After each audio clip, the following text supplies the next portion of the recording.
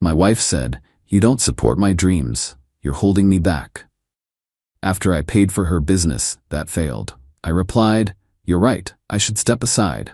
Then I sent her an invoice for every dollar I'd invested with interest. Her lawyer's letter called it cruel until I, 39 male, need to get this out before my head explodes. 3 days ago, my wife, 37, of 11 years told me I've been holding her back and never truly supported her dreams. This came after I spent $87,000 funding her boutique clothing store that closed 6 months ago. Let me back up. 2 years ago, my wife decided she wanted to open her own shop. Vintage clothing, locally sourced accessories, that whole aesthetic. She'd been working part-time as a buyer for a department store chain, decent money, but not her passion. I supported it, completely. We sat down, made a budget. She needed roughly $75 for first year's lease and deposit, $28. Inventory, $22. Renovations and fixtures, $15. Marketing and website, $6. Business licenses, insurance, MISC. My salary as an operations manager covers our life comfortably. We'd saved about $40 for a potential down payment on a bigger house. I suggested using that plus a small business loan. She didn't want debt hanging over her head. It'll stress me out and I won't be creative. So I liquidated some investments, pulled from my retirement account, took the penalty hit, borrowed $15 from my parents, got to $75. Opened the store in March 2 years ago. By June, she needed another $12 for unexpected costs. Apparently the initial inventory wasn't enough and she'd underestimated seasonal needs. I pulled it together. Took a second job doing weekend consulting. Paid my parents back over 8 months. The store struggled. She blamed the location that she picked. Then the economy. Then COVID aftermath. Then people not appreciating quality. She started coming home stressed, angry. Nothing I did was right. If I suggested adjusting prices or running sales, I was undermining her vision. If I didn't comment on her business decisions, I was disengaged and unsupportive. By last summer, the store was bleeding money. She closed it in September. Total loss. I never once said, "I told you so." Never threw the money in her face. I told her it was a learning experience. We'd be okay. We'd rebuild. Last week, she came home late from dinner with friends. Seemed off. I asked if she was okay. She exploded. "You know what? I'm not okay. I'm suffocating. This marriage is suffocating. You never believed in me. You just threw money at the problem and expected me to magically succeed. I gave you everything you asked for. You gave me money, not support, not encouragement. You were just waiting for me to fail so you could feel superior. That's not true, and you know it. I'm done. I want a divorce. I need to find myself, and you're holding me back from that." I stared at her. Just stared. Then I said, "You're right, I should step aside." She seemed surprised I didn't fight it. Good. She moved in with her sister 2 days ago. Has a lawyer already. Apparently she'd been thinking about this a while. Yesterday I sat down with spreadsheets, calculated every dollar I'd put into that business. $87,340 total. Added 5% annual interest, reasonable business loan rate. Came to $94,683. Had my buddy who's a paralegal draft a formal invoice, professional letterhead, itemized list, payment terms, sent it to her email and her lawyer this morning. Subject: outstanding business investment, payment required. Her response 30 minutes later: "Are you serious right now?" "Yeah. Dead serious." Update 1. 5 days later. The fallout's been wild. My wife's lawyer sent a response letter. Called my invoice vindictive, cruel, and not legally enforceable. Claimed the money was a gift between spouses, and I'm trying to financially abuse her during a vulnerable time. My response through my own lawyer: hired the best divorce attorney my budget could afford. Please provide evidence that funds were gifted. Client maintains funds were business investment loans, as contemporaneous text messages will demonstrate. See, here's what her lawyer didn't know. I have texts. Lots of them. When she first asked for the money, her exact words: "I'll pay you back once the store is profitable. I promise. This is an investment in our future." When she needed the additional $12K, "I hate asking for another loan, but I'll make this work. You'll get every penny back plus some when I'm successful." Multiple messages over 2 years referring to the money as a loan, as an investment, as something she'd pay back. My lawyer loved it. Sent copies to her lawyer with a note: Gifts are typically not promised to be repaid. These communications clearly establish expectation of repayment. But it gets better. I started going through old bank statements for my lawyer. Needed to prove exactly what I'd spent. Found something interesting. The business account was in her name only. Her insistence, I need full creative control. But I had access to the statements because they came to our house. Last 8 months before the store closed, $23,000 in business expenses that had nothing to do with business. $4,200 at a spa I'd never heard of. $3,800 at restaurants. We rarely ate out together during this time. $2,100 at a hotel. We never stayed there. $6,500 in cash withdrawals. Various shopping trips at non-business stores. I highlighted every suspicious transaction. Made a separate spreadsheet. Sent it to my lawyer. Pretty sure business funds were misappropriated. Is this relevant? Her response, oh, it's very relevant. Especially if she's claiming financial hardship. Then the family started calling. Her sister, how dare you bill her for supporting your wife's dream? You're disgusting. She called it a loan, multiple times, in writing. That's just semantics. Married people don't charge each other interest. Married people also don't blow $87 and then demand a divorce while claiming they were never supported. Click. Her mom called next. Crying. She's devastated. She's depressed. She lost her business and now you're trying to destroy her financially? I'm trying to recoup money I lent her for a business that failed. That she's now saying I sabotaged by not being supportive enough. You make good money. Why are you being so petty? I make good money because I work 60-hour weeks. That $87 was a year's worth of savings plus retirement penalties, plus debt to my parents. It wasn't play money. She's family. She's divorcing me? Her choice. Hung up. My own parents called, confused. We heard you're suing your wife? Not suing. Yet. Requesting repayment of a business loan. Dad was quiet a moment. The $87,000? Plus the $15,000 I borrowed from you to contribute. Yeah. Son, we told you that money was a gift to you both. And I'm grateful. But I gave it to her business. She's divorcing me. I'm requesting repayment. When I get it, you're getting your cut. Mom sighed. This is gonna get ugly. It already is. Thursday, I got a call from a mutual friend. Hey man, just wanted to check in. Heard about the separation. Yeah, your wife's pretty upset about you sending her a bill. Says you're trying to bankrupt her. Did she mention the $87,000 I gave her for her store? She said you were supposed to be partners in it. Partners split costs and profits. I funded 100%, she kept 100% control. Now it's 100% lost. How's that partnership?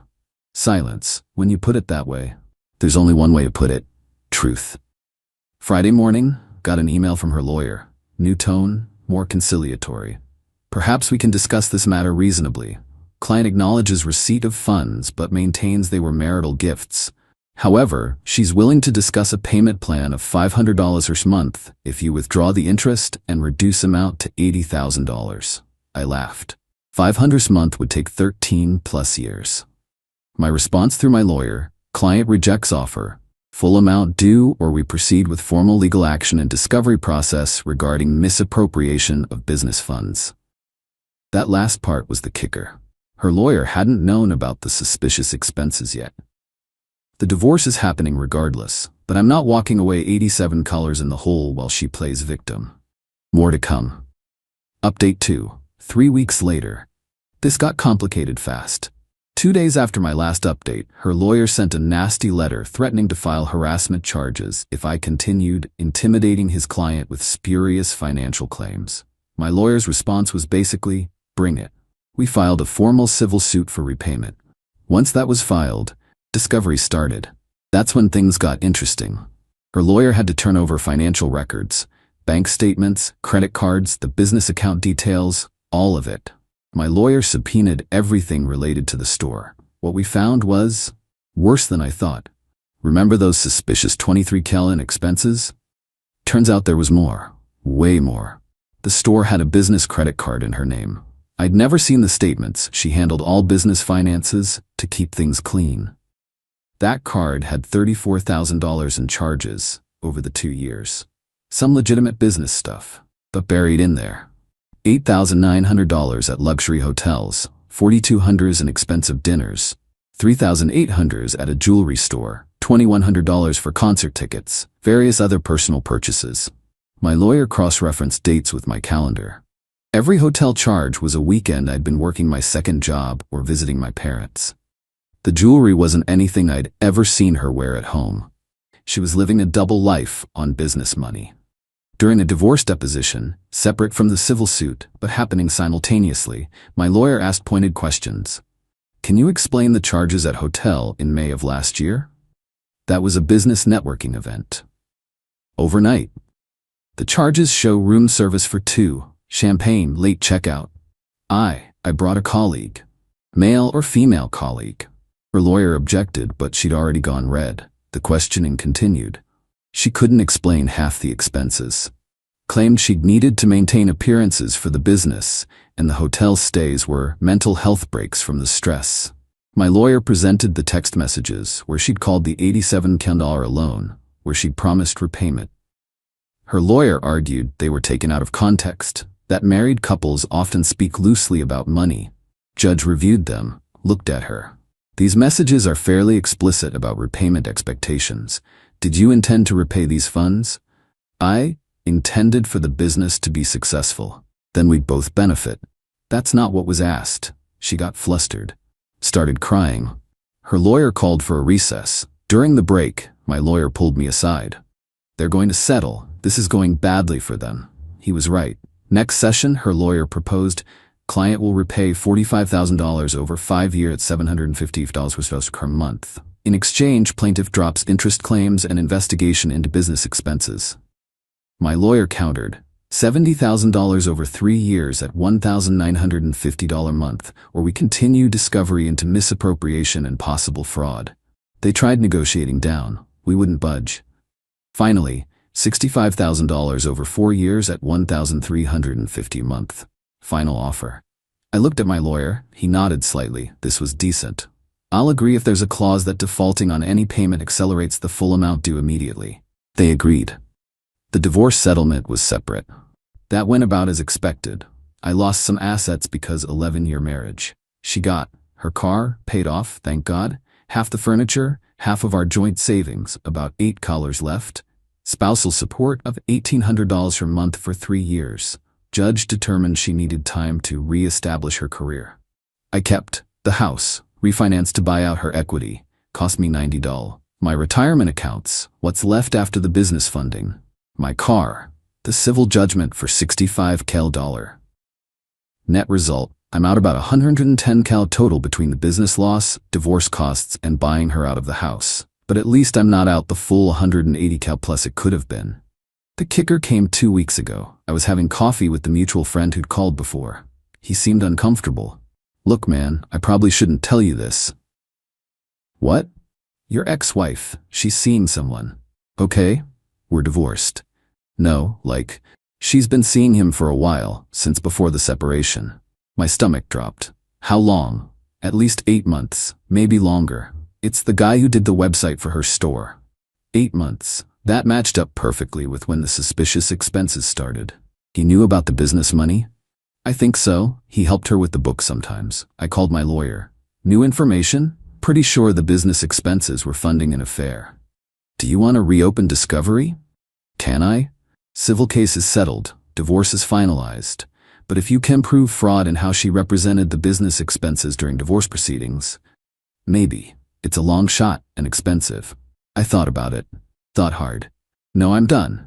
I got most of what I wanted. She's legally obligated to pay me back. That's enough. Because here's the thing.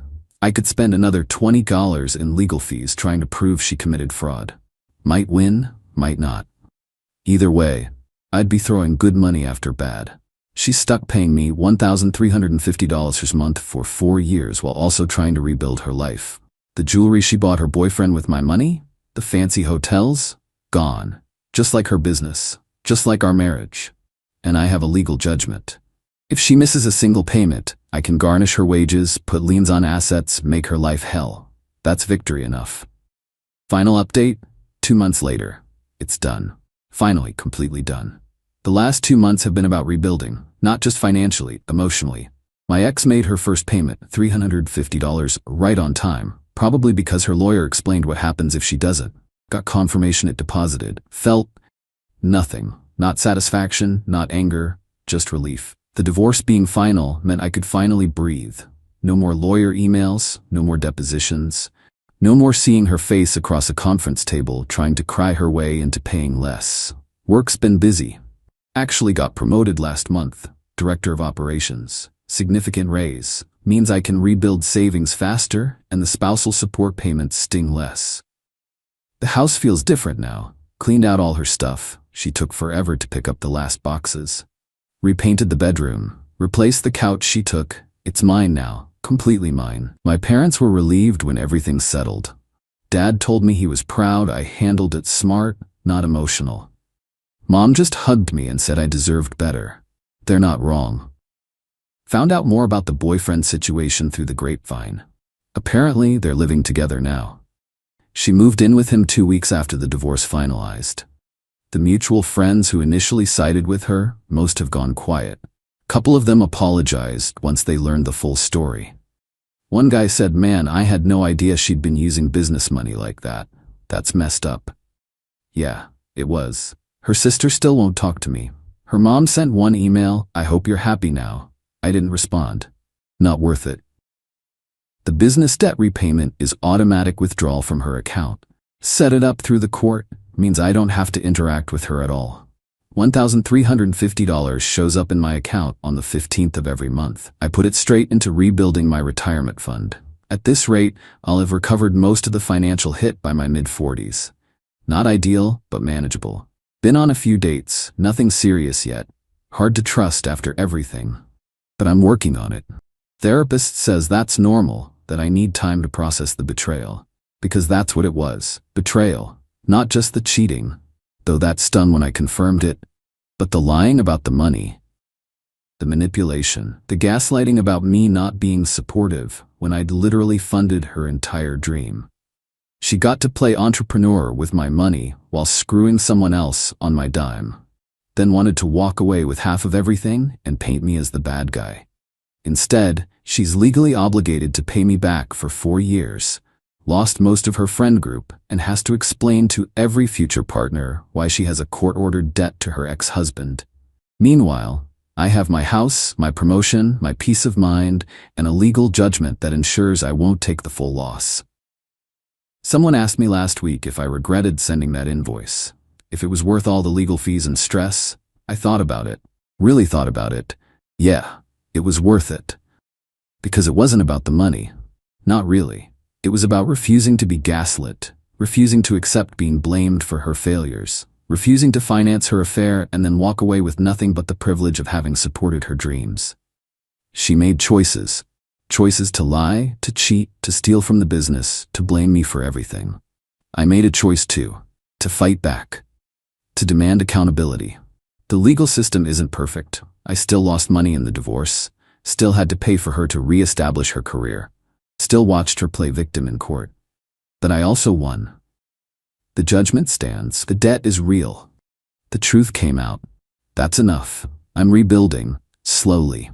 The retirement account is recovering. The house is mine. The promotion means more financial security. The therapy is helping.